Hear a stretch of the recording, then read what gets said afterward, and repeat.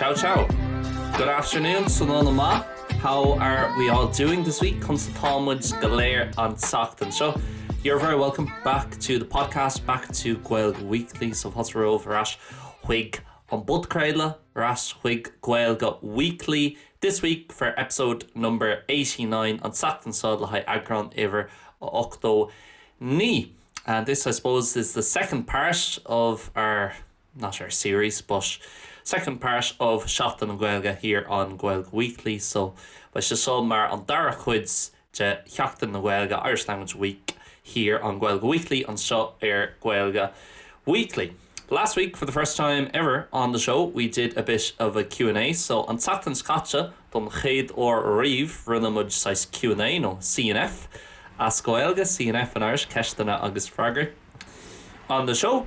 And this week, as always, as we do just once a year, mar a dhéanann muds or one in na bliana, I'm going to be speaking a bit about the Irish language itself by making arts beginning faoin Gaeilge I hain. This is something that I don't normally do during the year because I have one main rule on the podcast. So seo rud nach mím ag déanú I rith na bliana, mar ní smó na éonar tá príomh rial a bháin agam an Budcradla go mleisce. And that rule is that I don't really speak about the language itself. Ní bhím ag labhairt faoin Theanga I hain throughout the year I rith na bliana.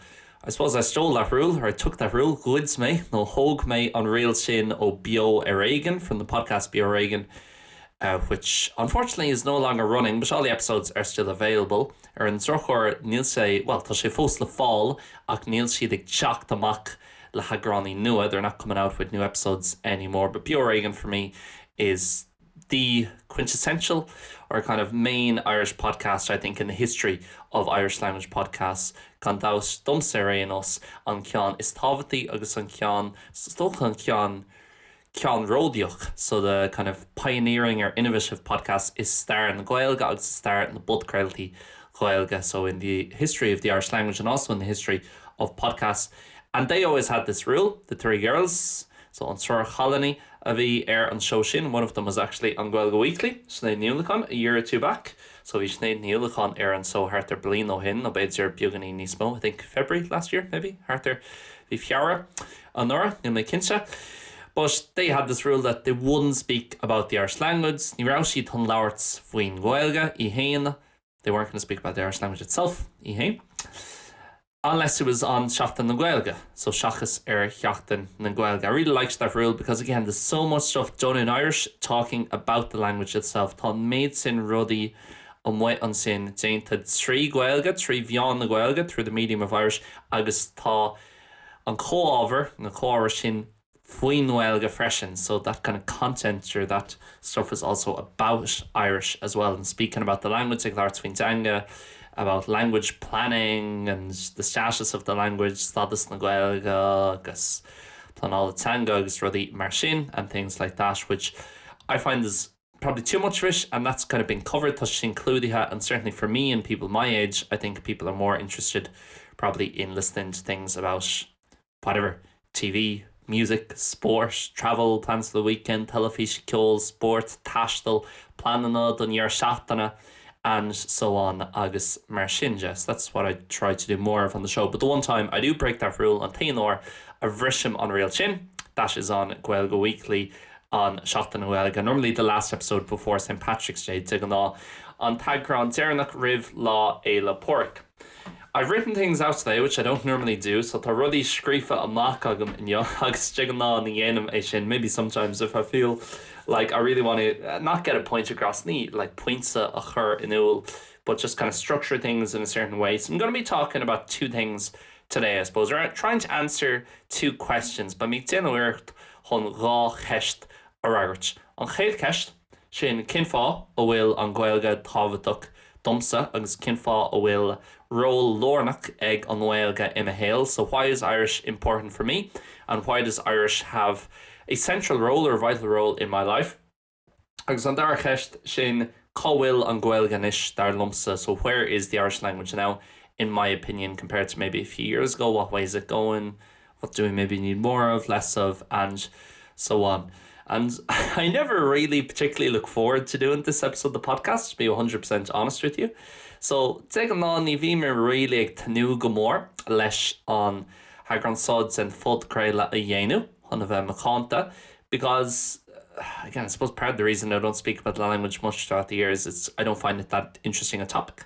So that might sound weird from an Irish teacher, but it's a good éisteacht ó bhain sear Gaeilge. But again, I see it as a mode of communication, and I like teaching people how to improve or how to better speak through that mode of communication. So bín mis ag féic an ar Gaeilge mar stocha meán chumarsáidse agus is maithlam cara le daoine chun éirí níos fearr ag labhairt threads meán chumarsáidse sin. But I don't really, and I guess this is a good starting point, is I have 3 things written down here. I think a lot of people who are passionate about Irish, who are, along Gaeilgeoirí, they're kind of passionate about the language for one of a few reasons. And the 3 I've jotted down here, 3 sais fá na chúise tá scríofa síosag man seo na status na Gaeilge, so the status of Irish language. So a lot of people are really passionate about, we need to, it would have been a massive thing for them 2 years ago, Irish becoming a working EU language. So rud an war a bheitchan cúpla bliana chuin ar d'airí an Gaeilge mar ceann na Theangacha ofaigúla san Éasca, or they'd be very big into Irish language education in Ireland, are real advocates, the best word I suppose in English, sin an focail is fearr in mBéarla ar son na Gaeilge agus anna passionata, very passionate faoi an Gaeilge chur chun cín. And I suppose I'm, but again, on a simpler personal level, tá mis mar sin nach ar level óháin ní simplí, that I'm really passionate about the Irish language. I love the Irish language, but again, I think about it, I suppose, more so just about my life and the people I'm teaching. Bín mis ag smaoin of fuaí níos mó, just le me héal hain agus na daoine ó bhfuil me ag múna. So I suppose I spoke a bit about Irish language education last week. For me, it's beagnaín faoin Gaeilge agus idicus na Gaeilge an teacht caite, but I don't really spend too much time thinking about the government or Irish language education or signage or things like that. Na rudí a bhíon daoine ag labhairt faoi ar ais sin air, and things a lot of people speak about backgrounds, because I again see it as a mode of communication. I like using it and I like helping people to use it, and I don't really think about it in a bigger context from there too much. Ní mór an ní bhí ag smaoin faoi I malc níos mó ná sin orintha, because I don't like to have too much of the baggage around me that there often is for people with the language. Ní maithlam says baggage sin a bheith agam ó ag lá daoine ceapam maidir leis an Gaeilge. Second thing, for a lot of people, it's a political thing. It's rud politiúil le ha lá daoine. I don't think it's a political thing for me. Obviously, for a lot of people, they think about it in terms of the history of Ireland, and they think about it in terms of, again, maybe their political stance, if you're Republican, or if you're, maybe more nationalist, if you are very passionate about the idea of a united Ireland. So más rud é goil tú I the phoblacht, más rud é goil an passion agat faoi éire aontaithe sa todhchaí United Ireland in the future agus there na here. And I suppose I have part of that in terms of, I kind of look at it from a very simple perspective, which I'll talk about in a minute, and I kind of do say, well, the English aren't here anymore, so we're in Ireland, let's kind of speak, not let's speak Irish as in the people have to speak Irish, ní go gaithí daoine eile Gaeilge labhairt, but that me myself, kind of from my personal view, I like speaking Irish, I'm Irish, so that's kind of why I speak it, but I'll speak about that more in a second. And then the third one is a lot of people who are passionate about the language. A lot of daoine atá passionata faoin Theanga, tá siad passionata faoi mar gheall gohfuil an Gaeilge acu mar a géad Theanga. So they're passionate about it because they have Irish as their first language. I was speaking a bit about that last week. Fi mé glár spríoganí faoi sin an teacht caite, that it's not my first language. Níl sé mar mo chéad Theanga. I grew up on the edge of the Gaeltacht, so tógu imol the Gaeltachta. So because of that, I suppose it was always around me and it was normal for me, which is an important thing. But by an chonórad dumsa to hear Irish on Gaeilge clostal, and it wasn't a weird thing that, again, if you're maybe living on the other side of the country, má tá tú a chónaí ar an taobh eile, like wherever, Wexford, Loch Orman, Kildare, Kildara, wherever, Payot. It's, I suppose if you hear Irish there, má chlosin tú Gaeilge an sin, it's like, oh, that's a bit weird, like why, you don't normally get that, ní aon tú é sin, but Hargurp is kind of normal to hear both, even if it wasn't spoken in the house, even if it wasn't the main language in the village. Cenach rá sé mar an príomh-Theanga sa sráidbhaile cenach rámid ag labhairt mór an Gaeilge Somalia. You know, it was still a normal thing, which I think is key, but I was speaking about that a bit last week for me large beginning for sin on Tachtan Scotcha, so I don't want to kind of go over the same thing. They make Gary dollar ash or dulcier on Rod Céanna Arish.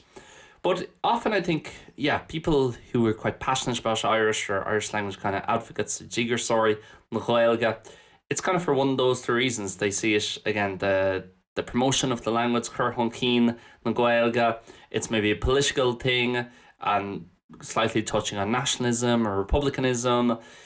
Rud politiúil atá ann, beidir go say buinte le náisiúntas nó fiú rud éigean cosú le a bheith in the fóblacht to kind of be a Irish Republican, or for a lot of people because it's maybe their first language. And I suppose I don't really fit any of those categories. Níl misha is na category sin, but I guess for me, I just look at it as quite a simple thing, and I probably get this, I think, a lot from living abroad as well. Ceapan gúil sé seogam marial chul me machoni haar lár, is that I just look at it from a very similar perspective. If you're French, you normally speak French. So, más Franco cú, te gana learn to Frankish. If you're Italian, más as an Nidalhu, you normally speak Italian, learn to an Nidalish. Spain, Spanish, so on Spain, Spanish, and wherever, Russia, Russian, on Rúsh, agus an Rúshish. And, you know, let's say even if you're a Spanish, for example, más Spániachu, and you're living in Dublin or you're living in Amsterdam or wherever, somewhere else, I'll take an ella. And maybe every day at work, beidir gach ag an obair, you're speaking in English, even when you're come home. Netflix, you might throw on something in English, beidir churn tú rud éigean ar siúl, trí Spanish, or trí mBéarla go leisca. And okay, you might be living almost all your life in English or some other language, beidir good to is tócha ag chathú an chuid smó to the chuid zama, ag léamh, ag labhairt, ag clostal, ag marchdal, really living trí mBéarla or whatever language or pay Theanga down.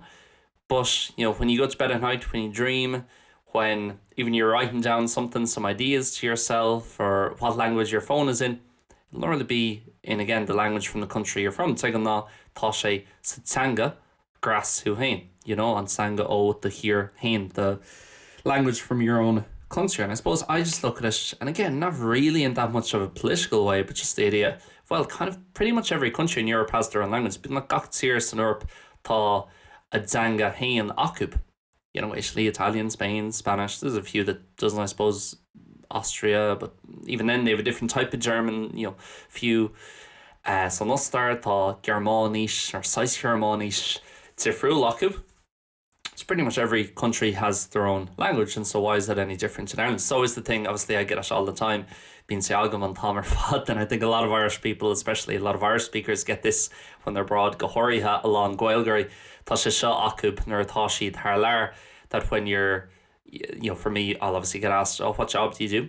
I'll be speaking to someone from here or someone from wherever, you know, being made larts le duine éigean an seo, no duine éigean beidir, yeah, duine Spáineach, no duine Francach, duine Germánach, you know, it's an international city, Seville, it's caithear idirnáisiúnta í Seville, and same, even more so when I was in Barcelona a few níos mó, near bhí me in Barcelona, and you'd always get to think, oh, Irish, what do you mean Irish? Is that just like English with accents? And will sé sin cosú le mBéarla, le blas, and like, no, it's a different language. And it's like, well, we're an independent country for 100 years. Like, sheer navsblogmuds, le céad bliain anús. Of course, like, why would it be weird for us to have our own language?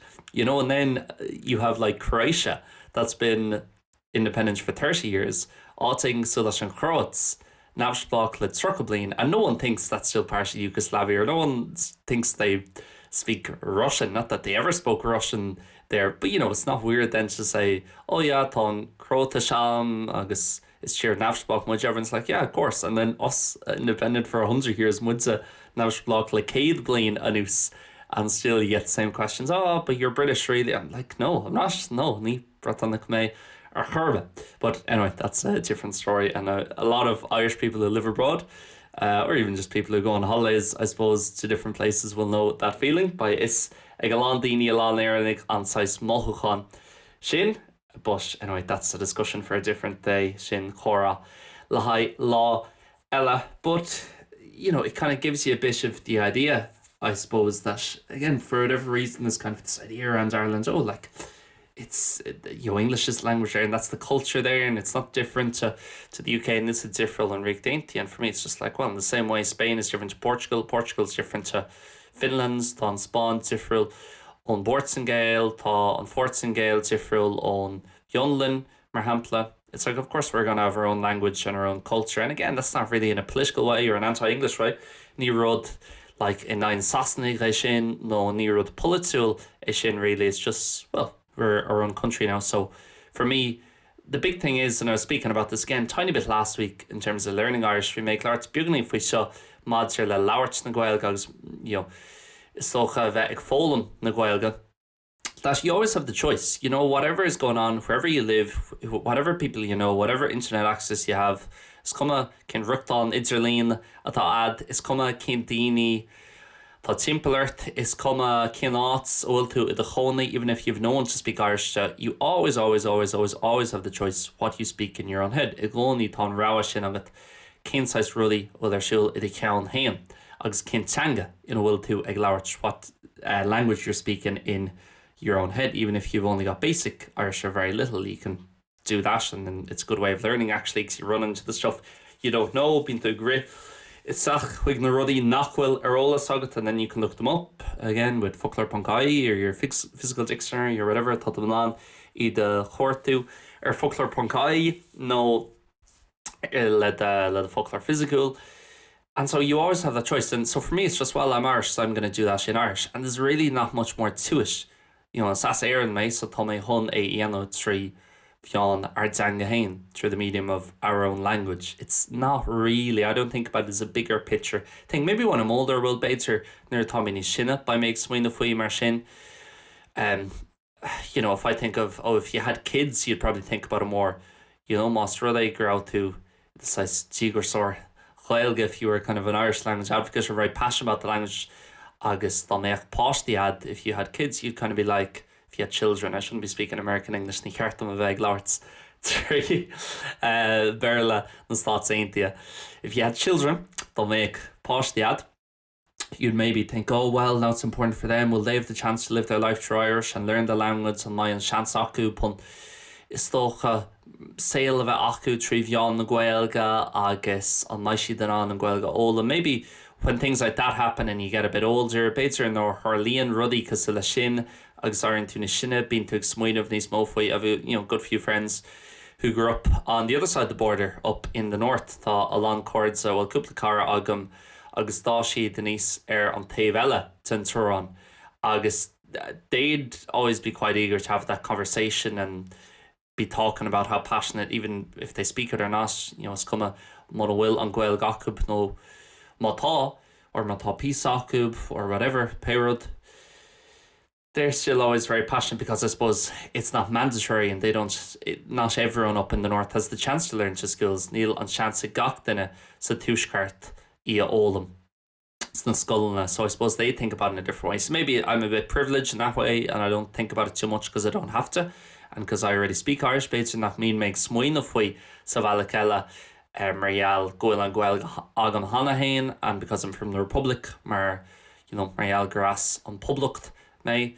But I know I can only speak for myself, ní féid slum labhairt ach dom hain, and I guess I can't begin to imagine what it's like for different people. Ní féid slum really smaoineamh nó saoilú conas atá sé le haid daoine eile. But that's really my main reason for speaking it, you know. Another thing I suppose is I don't like the way that English is becoming this kind of big international language. Ní maith mo chuí a bhfuil an mBéarla ag tiontu inis mar an Theanga ulmhór idirnáisiúnta seo. Because, you know, I'm sure everybody knows now when you travel across Europe or different places, they're into ag tastal timpeall na Europa. It depends where you go really, and I suppose most of us were going on holidays or we're living in places that are, you know, they're big cities. Take an chuid smá agin, bí me ag dul go háit sanna beidir cathracha mhóra agus gomininic cathracha le lán daoine idirnáisiúnta. So because of that, it feels like more people have English than they actually do. Marall sin mo híonn sé bhfuil mBéarla ag bhád níos mó daoine ná mar atá. I mean, in Spain, for example, I would say maybe only 25 or 30% of people have a good level of English. Sa Spáin tíorthain nach bhfuil béarla má ach beidir ag 50 fungéid, 30 fungéid, so maybe less, beidir níos lú. I think official statistics, people are competent or proficient, is about 25%, so séartar 50 fungéid. But obviously, if you go to Malaga on holiday and you're in the city centre, it feels like everyone can speak it. Má to Malaga, in Lorna Cochrack, mohín say gohfuil béarla gach in it. But even if you come here somewhere like Seville, a bit less touristy, people ní slú touristy, and so Seville tá wad ní slú béarla ag daoine. People have a lot less English and people have less eagerness to speak it. Tá ní slú fun or chuoine hon I a labhairt. And I love that, to be honest. But that's one thing I don't like when you travel about the place. And obviously it's great because I have it as the first language. Most people listening to this probably have English as their first language. So chuid smó so going éisteacht by béarla agah mar slócha word Theanga, and that's brilliant that we can go anywhere and speak so easily. It's not so easy for people from other countries than éasca le daoine ó tíortha eile. But sometimes, when you're going through an airport or something and people are just so eager to speak English and so quick to change to English, tá a méid sin fun ar dhaoine chun athrú béarla, or I went to like Rhodes last summer, the Greek islands who make roads on Ilan Gaeilge an sin, agus I'm like, wow, níl like the Cochran scríb in mBéarla, everything's written in English. You almost see more English and hear more English than you do Greek. Or the cluster níos mó béarla ná Gaeilge, tá sé do ráite. And again, positives and negatives, that buntáistí agus mí buntáistí, you can meet more people, communicate with more people, hear more stories from different people. Tá tú an cumarsáid dhéanú le níos mó daoine agus aithne a chur ar níos mó daoine. But it's something I don't like. I struggle to go back to Barcelona nowadays, where I live. Really, tá sé be mixed strackles buganí le dul arás go Barcelona for a weekend for a Ceisteanna, because it's gone so much that direction where in parts of the city you hear more English than Spanish or Catalan. Or I godanna tan chathair cluster níos mó béarla ná mar cluster Catalonish no Spanish no Theanga eile. So I suppose anytime I'm speaking Irish, that means I'm not speaking English. Ein stocha in támód mé ag labhairt a Gaeilge, níl mé ag labhairt mBéarla, and that means I'm kind of doing my bit, I guess, or doing something it's in a rud and to kind of slightly go against that kind of globalization of English and everyone speaking English has got ag labhairt mBéarla. But also I don't think as many people speak English as we think. I think in Europe it's quite high.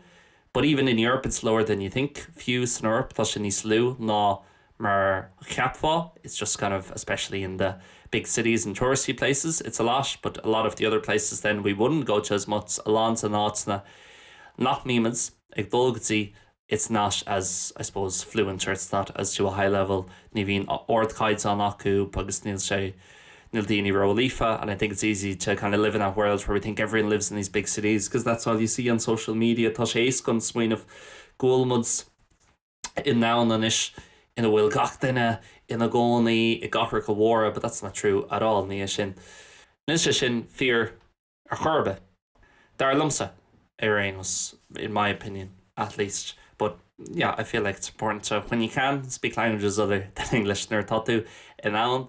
Agus stocha tá ormsa inis gohfuil an Spáinis agam, gohfuil an Idális leath agam that I have Italian kind of half down, so being níos mó deisna agam chun é sin I have more chances to do that. But anyway, so I suppose those are the big reasons why Irish is important to me. Stocha sin iad na chúisina bhfuil an Gaeilge tábhachtach domsa agus gohfuil role lornach ag an Gaeilge in a héal, that Irish has a kind of central role or important role in my life. And I suppose as well, being someone who lives in Spain now, mar éireannach bhfuil I mo chónaí an seos sa Spáin, it gives me some kind of connection back to where I'm from.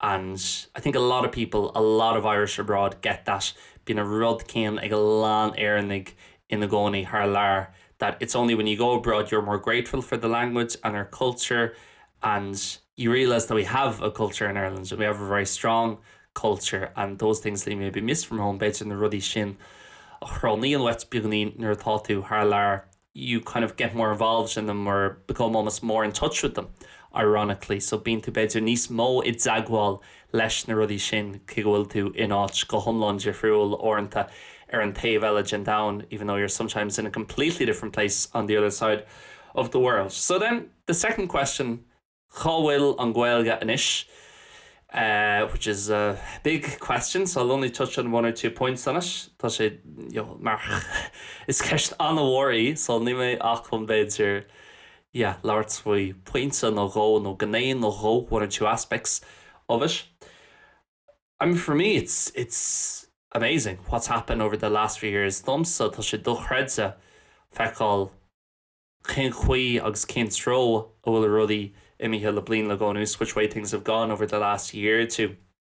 The amounts of popularity, the amounts, it's tough sometimes when you're in kind of the Irish language sphere. Tá sé Jack Orrington or tá tú tíbhaiste to say in the Gaeilge, because if a new podcast starts in Irish tomorrow, I'll hear about it tomorrow. Má hosníon podcrail le Gaeilge nua amórach tá mise chun cloisteáil faoi go tapí, because I suppose different people I know and different people I fought, and because I'm in that world, tá mise sánaithe is sé sa down, sa sail sin. I'm kind of, what's the word in English? Immersed in that world. Sin an focal mBéarla, that's the word. But I suppose for someone else then, they won't hear about things so much, so it's tough to tell, is this just because it's an echo chamber atá ann, agus tá mise just a cloisteáil faoin méid seo rudí mar tá méid tíbhaiste to say in the Gaeilge. Maybe things aren't actually getting that much bigger, but for me it seems like so many more people are passionate about learning Irish. I meet so many more people, even Irish people coming over here to Seville.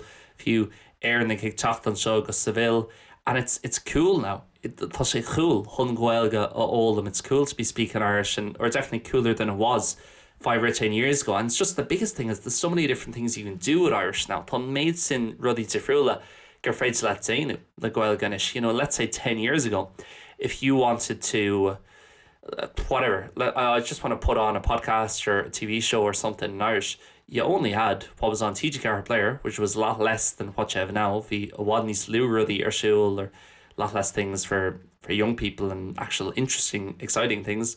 Rudí spreagadh agus simúla I m'héarmse ar siúl le TG ná mar atá inis than there is now. And if you wanted to listen to something, you pretty much only had radio na Gaeltachta. So más rud é go raibh tú ag géirí éisteacht le rud éigean, ní raibh radio na Gaeltachta ad. And the issue with that, on Eipeasóid sin, is radio na Gaeltachta is great for a certain type of person, maybe of a certain age, and who lives in a certain place. The radio na Gaeltachta cahintach, más as áit éigean orthaú nó má tá tú I do chónaí in áit orthaithe, nó má tá tú beidir ar is orthaithe if you're a certain age. But like for someone like me, 24 years old, who doesn't live back at home anymore, duine chus a lumsa fecha cahar, blian na díos, agus níl mé a chónaí in éireann níos mó. It's like I wouldn't get much from listening to radio na Gaeltachta and hearing about some planning permission being denied in Letramullan. It's come along faoi ceadan nas planála agus tá fáib acu blobbidir áit éigean an sé na Gunamara so le Letramullan, like what dude, I don't care, it's come along. Again, I'm sure in 20, 30 years, if I live back in Ireland, at that point, I will care about that stuff. Probably chance ma gomain na rudí sin, gomain sin níos tábhachtaí. Domsa gan fitted circle blin if I do live back at home. Ma tá mé rash in a chónaí in Éireann, and if it's important for you, fair enough, no problem. Ma tá sé tábhachtach ditse, fair enough, fibre bit. But for me, now the great thing is, compared to 10 years ago, there's loads of different podcasts I can put on, loads of different YouTubers or loads of different people on social media, or Radio Rira or Radio na Líofa, or these type of stations for young people and stáisiúní seo like Dhaoine Yoga. There's so many things, there's so many news websites. Again, writing different articles in Irish every day. Tá méid sin als nuachta or síomh nuachta gom leiscail ag scríobh altanna difriúla gach trí Gaeilge.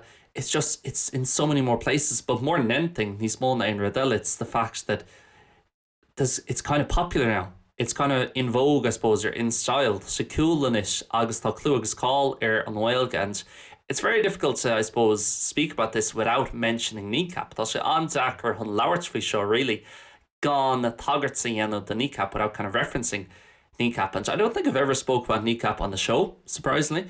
Ní cheapan go raibh mé riamh ag labhart faoi kneecap ar an so roimhe seo. And I don't really like the music. Ní had níon a good ceol gomórlam. there's certain things that they do and say that I really don't like. Tá cúpla rud a dhéanann siad agus bhíonn siad ag leabhart agus ní maithlam é a churbe. But there's other things I say that I really agree with. I really respect a lot of the cross-community work they do in Belfast. Tá an na bheas agam an obair a dhéanann siad de méil fersta. Idir an dá príomh-phobal is tócha an sin. Idir na Protestúnach agus Catholic, and how it's not just all one side and this is what we want and feck everyone else who's against it. Níl sé mar, tá muid géirí an rud seo agus is cuma sa chachfaoin den eile bhfuil le gcuine an rud seo. I like how they're open, and it's not so much about nationalism necessarily. Níl sé céad fan géad tíorithe teach ar náisiúnachas, but it's also about just working class communities from both sides in Belfast and having a better life for all those people. Sail níos fearr a bheith gach duine I mbeil fersta gáirithe na daoine ón Loch Dibre is tócha. But I'm not a massive Nika fan, but again, fair play to them. My business is generally doing better because of the work they've put in. Tá nó nó tá mocholacht gan dausig Jane wad níos fearr mar gheall ar an obair agus na rudí atá buinte amach acu the things they've achieved, and they've brought more eyes to the language in 5 years, 10 years. They've siad a 5 bliana nó 10 mbliana tá níos mó just tócha níos ar an Gaeilge in Éireann agus timpeall down in Ireland and across the world because of the work they've done. Mar gheall ar an obair atá Déanta acu than probably the government has done in the last 30 or 40 years. I gcomhpháirtíocht leis an réaltas le trocha nó charcha blian. Anyway, so I was just watching an interview yesterday. They're in Australia at the moment doing some shows, I think for St. Patrick's Day. Tá siad san Astral inis ag déanú cúpla show le haid lá é le porc. And they run like a really big chat show in the morning, one of these like Good Morning Australia or whatever we see there. Chat show on the war, Good Morning Australia, no Cian and Keen Shin, one of those ones. And they're speaking about the Irish language, and again the host kind of already knew about it. I suppose they would have done prep Kinsa Rower who Buganin Ulvacon the Enus, maybe they only found out about the Irish language that morning, Peter. Like nor no forsi the Mach when the Gaeilge agus growd Theanga agi na Éireann that we had a language in Ireland's Peter Madsen no couple or riv a honig na kneecap lads isteacht only a few hours before the kneecap lads come in. But I was like, isn't that so cool, the amount of people in Australia now that will know about the Irish language and know that we have a language and know about its situation. An méid sin daoine an isis a bheits aithne acu ar an Gaeilge nach rá ribh sin san Astral agus timpeall down around the world. They've done interviews, I'm sure in the US as well, in different places. Kinsa gfuil agla bhí Déanta acu san stáitíntia agus áitina dhearfriúla, and the amount of eyes they brought to the language, I guess the amount of attention now that people pay to the language, and the amount of people who know about the language worldwide, and méid daoine arís a bheits aithne acu timpeall down ar an Theanga mar gheall ar cadatá Déanta ag kneecap, and other things as well, like on Colin Kuhn or whatever. I know it's very cliche to just say, kneecap and on Colin Kuhn, whatever. Or Paul Mescal even doing a few words last year. Paul Mescal starts couple of focal on and a lot of that stuff I don't like, because I think it's very patronizing, to be honest. Lons and the ruddy shin Mathlum. Yeah, I don't like when people again, I always talk about the Irish language with people like only be meg larts when the Gaeilge ladini, because people say to me, you're an Irish teacher. No way, I think it's cool where things are going as Mathlum. King Chuigs, King Throw, ruddy dull, but then people say to me, yeah, it's brilliant, like with Colin Kuhn. It's so like, yeah, but that's not the only thing that's going on. It's not because of that really by itself that one movie is going to change something. And I feel like sometimes, a lot of the time, especially when people who don't speak the language, they can be quite patronizing without even realizing it. Gomininic, it's féidir though a bheith an a G-spagul is tócha mátar leis an Gaeilge gan tuairt bhí dearg gohfuil siad mar sin without kind of realizing it. But again, probably another discussion for another day, beidir chora eile le haid lá eile. But it's been brilliant what they've done, and again, that's not an overnight success. Ní rud éigin a tharla tharaithe ar churbe. I remember listening to Cearta, that first big kneecap song in 2016 or 2017, right after it came out, and no one knew about them then, and they weren't really a big name until maybe about 2 or 3 years ago. And more bhí ann could see beds are gobblin o hin, 3 blin o hin, so they kept with it, and I'm sure they would have had a lot of temptation over the years. Kinsa grow along temptation on sin hun ahrú go, oh, just change which gachra the mBéarla, we'll do everything in English, and then we've such a bigger market pa marga o wadni small, but they structure their guns, you know, chunni she'd lesh on chun cap sin agus an smuoin of sin. They stayed with that conception, that idea all the way, and now they're reaping the benefits. So well done to them. And again, it's, you know, rising tide lifts all boats. The gach duine ag den on these far mBéarla kneecap, and because of a lot of other things going on with the language, mBéarla alon rodiella shul is saying Gaeilge in kind of the Irish language sphere. So that's had a massive effect, and I definitely feel like, again, 2 or 3 years ago, I got way more comments from people, whether it was well, obviously never from Irish people, but people from outside of Ireland saying, oh, like Céadaoin Gaeilge, like, what's the Irish language, and is that just English? Béarla, dhaoine, no, the blas there, not with Irish accents. Like, no, it's not. But now I get it a lot less, and if I'm in a wadni slú, it feels like a lot more people know or have heard something about the Irish language, and that's important that people around the world kind of understand it, and it's a serious thing. It's rud dhaoine, and it's a serious thing that people actually use to speak and to communicate, and it does seem to be becoming a cooler thing, and something that younger people want to learn. It's rud will daoine ní sóilge géirí fólam. I'll pull up my podcast analytics for a second so you can see, but tá on na analytics a whole and show on a skamai shivan on iad ecal or iad chostal in terms of different ages of people who listen to the podcast, and even young people. Again, while Irish, when I was growing up, will always seen as a bit of an old-fashioned thing, and it's not needed. Nervy mishig fáú níos ag only honachas an Gaeilge mar rud seanaimsrithe agus rud nach bhfuil really ag tastal, something isn't really needed, and it's just older people, and people more than older people, probably rural people, daoine muofuin tua, dog buintú sods as an Gaeilge. But if I look at my statistics here, let me add up the numbers, 43, 53, 54. So chuige cahar fungéid saying look éisteachta an show tá siad faoin trocha cahar blin a dis. You know? So níos mó ná leat an history fad tá siad ina fihidí, no ina déagairí, no fiú ina trocadí, ina trocadí ach faoi trocha cahar. So ag tús a drocadí. Tá sé sin tá chredsa, you know, freisin tá lá daoine sna carcadí agus chuigeí seacadí ag éisteacht, ach an méid sin daoine ag éisteacht níos lú ná trocha cuaig, níos lú lá trocha cahar. You know, def an géad idir 8 agus 22, so sin daoine ag freastal ar an ollscoil nó ar chois le daoine ag freastal ar an ollscoil. So 18 to 22, it's about 10% of people from that age group.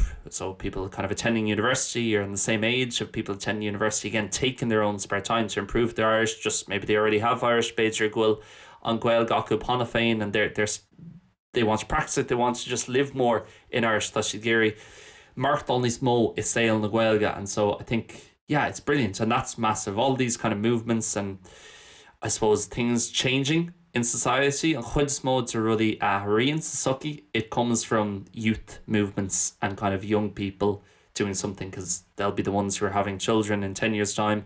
Sinní daoine avoid páistí acu ag an 7 mbliana, and you will look at those statistics and think, wow, how many of those listeners, you know, céibhéid in a history sin will be parents, or have just become parents, or will be parents over the next 10-15 years. On méid éisteacht avoid in a dismóirí, tíomh said cúblina demlina, cúblina deg, and their children will have Irish. They'll bring up their children in Irish. Tá siad chun a báistí a hógáil trí Gaeilge. So, you know, that's important. And I suppose it's nice as well that I work a job where I have a very small part to play in part of this movement, because it does feel like it will be something that'll be looked back on in 10-20 years. Moille sé cosúil rud éigean a bhfuil man chun fécinn siar again, definitely in the 5 blin, and we'll say, oh, throughout the 20s and the 30s, hopefully the 30s as well, in the 50s agus the trocadí, there was a big Irish language movement, and it really became more popular. People really started speaking it more and using it more and learning it more. Now it's Irish a wadni smó clú agus call ar Theanga, agus bhí daoine ag éirí I a labhairt níos mó, agus I a ólam níos mó, I a úsáid níos mó. And yeah, it's it does feel like we're in the middle of a bit of a movement. Listen, it's not going to change the world or save lives. Níl sé chun an Dhaoine athrú. No, níl sé chun is dócha sail a hábháil timp an Dhaoine. There's a lot more serious stuff going on. At the end of the day, as I say, it's just a means of communication. Ní an meán cumarsáide, but at the same time it is something bigger. Ag an am céannas rud níos mó and just suppose on St. Patrick's Week or St. Patrick's Day, or around this time of year, timpeler on lam seo linn, it's maybe easier to think about those things as well, think about Irish history and Irish heritage. So éisteacht na hÉireann agus stair na hÉireann and ceol na hÉireann, Irish music and all these different parts of it, and realise how the language fits in there. Cin chuí bhfuil an Gaeilge mar chuid den scéal sin. But I don't really have answered that question. Bhfuil an Gaeilge more or less. I made 1 or 2 points about the government as well, or why I don't really speak about the government on the other versions of the podcast we make.